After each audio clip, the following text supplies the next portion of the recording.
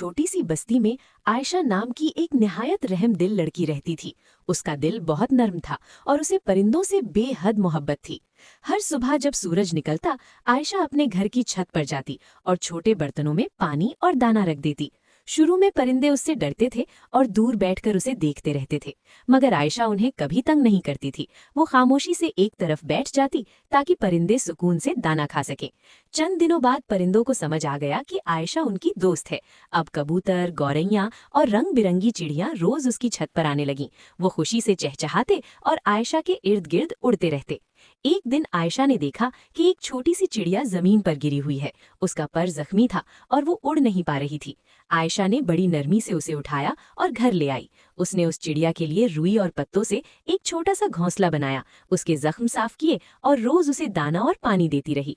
कुछ दिन गुजरे तो चिड़िया आहिस्ता आहिस्ता ठीक होने लगी। एक दिन आयशा उसे दोबारा आसमान में उड़ता देखना चाहती थी, इसलिए वो उसे अपनी छत पर ले गई और अपने हाथों से आजाद कर दिया।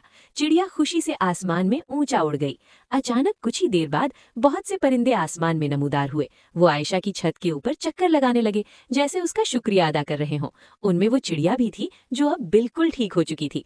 आयशा ये मंजर देखकर मुस्कुराने लगी। उस दिन उसे एहसास हुआ कि रहम और मोहब्बत कभी जाया नहीं जाते। जो दिल से दूसरों की मदद करता है, अल्लाह उसके दिल को खुशियों से भर देता है।